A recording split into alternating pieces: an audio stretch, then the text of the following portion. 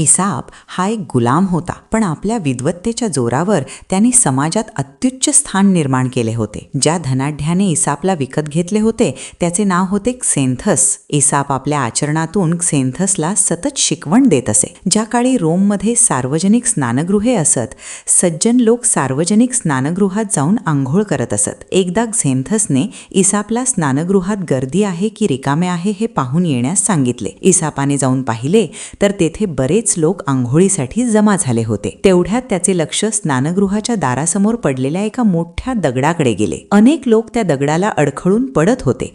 दगड रस्त्यात कसा म्हणून शिव्या देत होते.